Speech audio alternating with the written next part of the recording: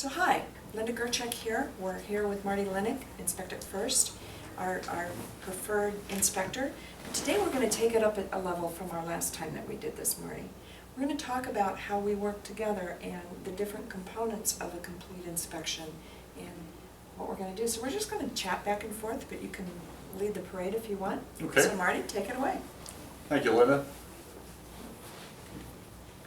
So we had a pretty full agenda. We're going to cover residential versus commercial. In Arizona, the state licenses residential, but they do not have any standards or licensure requirement for commercial inspection, which if you're an investor, it kind of opens up a big can of worms, because if you're working with an inspection company, you have to establish your own standards to move forward.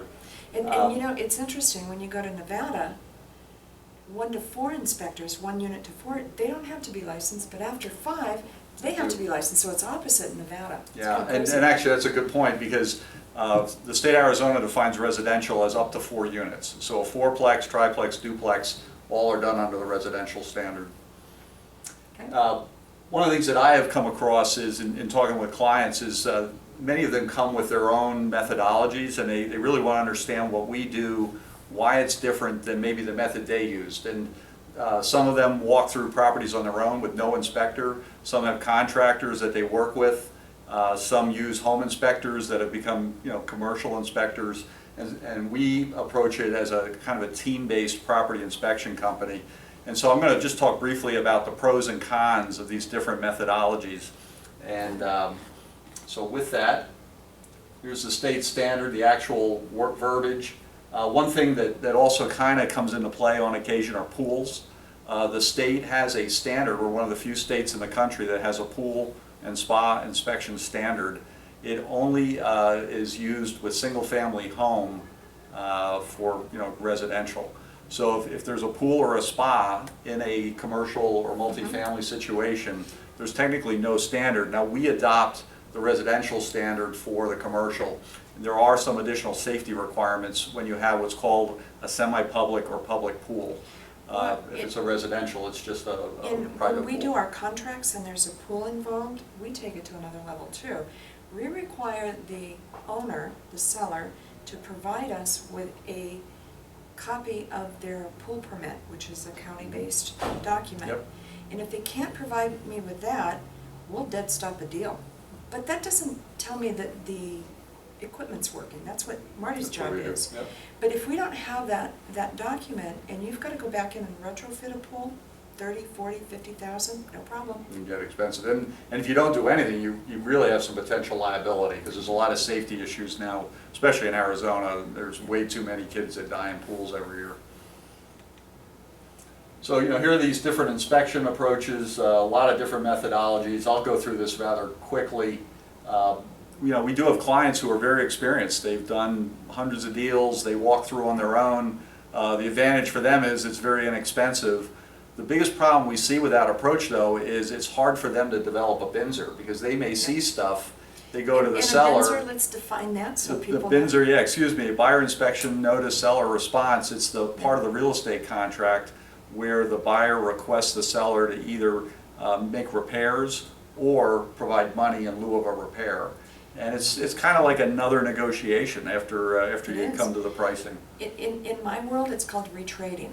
And I'll present a contract to another commercial agent, and they know I love to retrade. And they'll go, "Now Linda, we're not going to retrade." And I go, "Oh no, we're not going to retrade." And I retrade, because here's my position on this. They presented me a building that basically is working, operating, and okay. When Marty goes in and does the inspection, because we may not have seen the inside of that building yet, and that building's not what their marketing portrays, you bet I'm gonna go back and retrade. That's why I have him.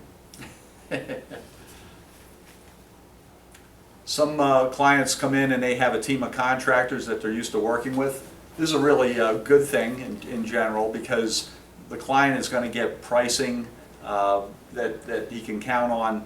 The only downside with this approach is, again, you can have sellers question the findings because the contractor isn't an independent third party. Yes. So it can impede a deal. I know you've seen that in a couple of instances. I have. And here's the thing, people, you know, I encourage them, if they have a contractor they want to walk through, great. But I still really encourage, in fact, if they don't do it, they're gonna sign a document with me to bring an inspector in, because sometimes and I've walked properties, big properties with contractors, and they're looking at what they need to fix or replace, but they may not be looking, or they may even be looking at the aesthetics that we're gonna, you know, the granite countertops we're gonna put in or something like that. And where Marty will come in and say, you know, you've got 5 years left on these air conditioners, or they treated the coils on the air conditioner wrong and they're failing and things like that. Contractors may not pick up on that. Mm-hmm. Of course, if you're getting a fourplex or less and you do an inspection, you would be required to use a home inspector because it's under the state standard. 85% of home inspection companies in the United States are one-man bands. So that works when you're in the smaller properties, homes, duplexes. As soon as you get into 10 units and up, you really need a little more horsepower to get in there because you'll be there for days. The reports will take weeks to get out. And we may not have that. And you may not have that amount of time, which brings us to what we do. We really focus on getting in quickly with a large team. We do a thorough inspection. We use software which integrates all of the inspector's reports, and we can typically produce that report within 24 hours. And then we follow that with a statement of probable cost, which is a version of a cost estimate. It's not a contractor quote though. So we do, if there is a big ticket item, we may bring in a contractor to get formal pricing for, say, an entire roof repair or something like that. But typically, our numbers are pretty good. I'm Yeah. sure you're going to talk about that a little. And their numbers are very close to if I bring in a licensed contractor for a quote. But to coordinate, especially, we're in a building community right now. Try to get a contractor to come over and give you a couple hours of his time to go get me a quote. And we're under a due diligence period. The other thing is, when Marty's crew shows up, and we've done 100-unit buildings, right? We've gotten through them in A day? A day, Mm-hmm. yeah. But it's like, you almost feel like there's ants there, because there's all these guys running everywhere, and then my agent's running everywhere, and me running everywhere. Maybe the client's there, we hope so, not always. But the point is that we cover that building, so we know it's okay to buy a building with problems. You just gotta know what the problems are and be prepared for them. So you probably noticed the one downside to our approach is we actually charge for our service. So where you might get it free for the contractor, free if you're an owner and you do it yourself, we do charge. One of the things we try to do though is bring our experience from doing this for many years to bear by doing what we call statistically based inspections. We really don't need to do a detailed inspection on every unit, and you know, we can do a fairly quick assessment and determine what the right number of statistical units are. Typically it's around 10%. We do enter every unit. We go into every unit because there are big ticket items that we want to assess, make sure that that one-off unit doesn't have a major problem like a mold problem, a big water leak or something like that. But in the units that we're detail inspecting, we're doing very thorough inspections, and the defects we find, we actually scale up across the entire statement of probable cost. So as an example, if we're doing a 100-unit complex, we're going to detail inspect a minimum of 10 units, and if we find that 5 of those units have a particular temperature pressure relief piping problem, we're going to assume that 50 of the units have that defect. And you know, most jobs it's probably not 50, it might be 45, it might be 55, but it's amazing how close that gets. Let me also say this. The listing agent or the seller or the property manager, they don't get to pick which 10 units. We notice all of them, and people will tell you, other agents will tell you, if Linda's coming on site, every single door is going to be opened, because I can promise the one door that we don't get into is going to be the nightmare from hell. I'll tell you a funny story about Linda. We went to a complex, I think it had like 47 units. Yeah. And they had a keymaster there, was going around opening doors, and no kidding, half the units we couldn't get into because the tenants had changed the locks and they didn't have keys. Yeah. And Linda said, look, either you're going to do this or I'm going to do it, and I'm going to be way more expensive. Get a key guy out here, we're going to drill these locks. And literally while we did the units we could get into, Linda's guys were drilling the locks on the other ones. So we did get into every unit that day, so. I'll tell you a quick story. My first larger apartment building that I did many years ago, I get on site, we're there for inspections for the day, it was hot, I remember that, it wasn't you, sorry, many, many years ago. And the listing agent, well-known commercial agent, she goes to me, she goes, Linda, I'm going to tell you how real commercial works. I go, okay, you know. We only inspect about 4 or 5 units here. It was a 77-unit complex. I said, well, then I'm probably not a commercial agent because we're going to open every door. And she says, well, I don't have to let you do that. I go, well, you should read the contract, because yes, you do. She said, I don't have the contract with me. And I said, well, let's go to my car because I have it on my back seat. And my inspector and I went to lunch. Great. Inspectors always know great restaurants, by the way. And so we went for lunch, and we came back, and they had their maintenance staff maintenance people on staff, and we drilled locks. We went into every single unit. Yeah, it's really a requirement. The 1 or 2 units that someone's trying to keep you out, those are always the ones that have the biggest problems. And they'll tell you, oh, it's a storage room. It's not a storage room, it's a down unit. Yeah. Yeah. So here's a quick sample of, I had mentioned a statement of probable cost. It's a fairly detailed estimate pulled off of the summary from our report. So every item that's listed as a defect, we assign a value. And you'll notice it's not so detailed as to have separate material and labor costing. It's a ballpark number that covers both labor and material. So there is some variance in these numbers. You know, it could be level of quality, what you decide to buy, things like that. But it gets you surprisingly close, and it's quick if you need it as part of a contract negotiation. This was one of the buildings that we did together, right? Yeah, actually, I think, yeah, this was... the 100 unit, right? This was 65, I think. Okay, so then I know the building, and Marty's probable cost was $138,000. I got my client on this building, true story, $120,000 credit at close. Okay, and that was a long negotiation, and we can talk about that. But I will tell you, 120 on I would not have gotten 50,000 on this building had I not had this report. I wouldn't have gotten it. So some of the benefits, you know, we didn't even talk about insurance, but we carry not only commercial general liability, but also E&O. So we're turning things on and off, we're running systems, testing them.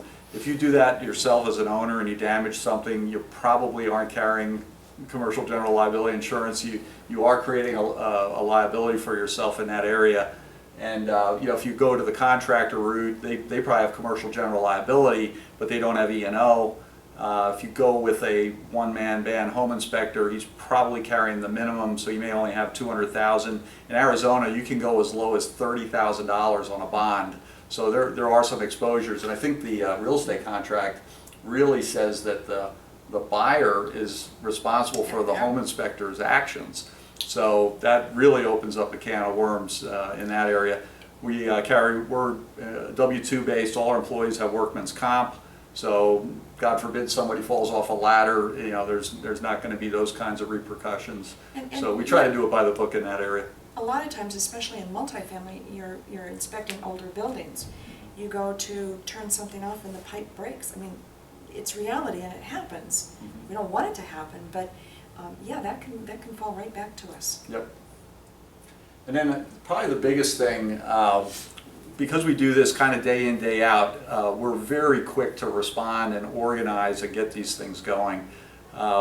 If you need any third-party inspections, sewer cams, termite companies, whatever, we take all that on. We organize it. There's typically a very short window to actually enter the properties because you have to give tenants notice. There are tenants' rights. And so we make sure everybody's there and going through the door, you know, when it's available. And it's a critical thing. And Marty will tell you, Bernadette is his office person. And if I feel that we're pretty close to a contract, one of my first things, I'll kind of send it over. I'll send the tax records, the marketing package, MLS if we have it. It may not always be MLS, but I'll send them over and I say, get me a quote and what's your availability in 4 or 5 days. And that way, if Marty knows that we've got something coming, and it's especially a larger building, you know, we've got to schedule that into his system as well. We have an integrated system, we all work together on it, and hopefully nothing falls through the cracks. So just a few examples. This is a 200-unit complex we did, 2 pools, a huge solar job, big photovoltaic job, biggest one I ever inspected. But we had 9 inspectors on site. The lead time was 5 days. We had 1 day in the field to do 200 units. We got the whole thing done. It was an awfully long day, but we got it all done. And that was really at the request of the listing agent. They didn't want to be there 2-3 days. So we got that done in a day. And we actually produced the report the next day and the statement of probable cost the day after that.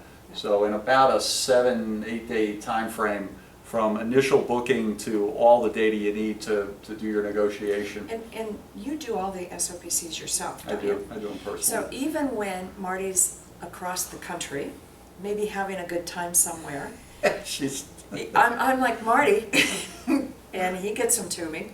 Yep. But he knows that I'm going to be calling because, and again, here's what's important. We have an inspector that understands the timelines that I get under. Right? And if I'm under it, that means that my client is under it. And man, sometimes we got to blow and go. Yeah, she's recounting a story. I was visiting family doing an estimate while I was at my in-laws. Yeah, because Linda was crying. So then kind of a more intermediate size 65 unit with a pool, actually had central heating and cooling and domestic hot water. That was actually the example that we put up. Larger chiller, larger boiler, bigger costs.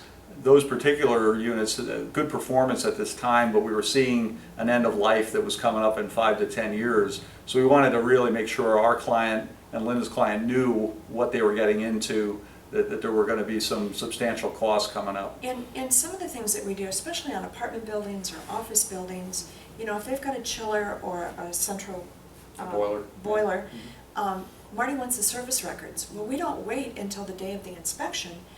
My staff is busy getting the service records on that or anything that he needs so that when he walks on site, he knows what he's doing. Mm-hmm. And then you get into like smaller jobs, fourplexes. We will still bring multiple inspectors because a lot of times, like we did a fourplex in a 1 hour period because of a client who was flying in, was only there for half the day and getting on a plane that night and flying right out. So, if you need really quick turnaround, we can do it. Typically a fourplex, we would only assign 2 guys to it, but in that particular one, we had 3 plus a termite guy. Yeah. And your guys all like to come because then we have fun. So, quick summary. The standards issue is something to think about in Arizona because there's heavy emphasis on homes, no emphasis on commercial. So you really want to work with someone that has a defined process and a defined standard. You kind of know what you're going to get from the inspector. As an agent, and I'm going to step in here, when I'm a listing agent or even a buyer's agent and the buyer goes and uses the phone book to find somebody, and I get into a multifamily or a commercial inspection and I get a traditional home inspector there, I know I'm in for a tough time because they don't understand the gap between residential and commercial, and when it takes 8 hours, we just went through one, 8 hours to inspect a fourplex that was built in 2006. A new one. Yeah, but 8 hours, right? Well, guess what? I know that deal's probably not going to hold together because that inspector's going to tag every single thing. Not that I want you ever to gloss over something, but they're inspecting as if somebody's going to live there. And they're not. And so I got that inspection report in, I just went, great, don't cash that commission check. So a little bit about us. Probably can't read any of it, it's an eye chart, but we've been doing it a while. We have lots of insurers. This PowerPoint will be uploaded to the website under our PowerPoint section. And then some testimonials from clients, and we hope this was interesting and useful. If you have any questions, feel free to call us directly. Yep. I'd be happy to answer any questions, and we'll take questions from the audience. Here's one thing that I do want to add, though. Marty does an inspection. Maybe the client can't be there. Maybe they're working. Maybe they're from out of the town or even out of the country. Our staff is there. We take more pictures than Marty does because we take the good, the bad, and the ugly, right? But additionally, when you get the inspection report and you have questions, Marty's great. You can pick up the phone. I pick up the phone and go, hey Marty, I don't understand this. And he'll explain it to me, so hopefully I'm in the loop. But the thing is, you can call Marty and talk to him about that. So he's a great guy, I promise. Thank you.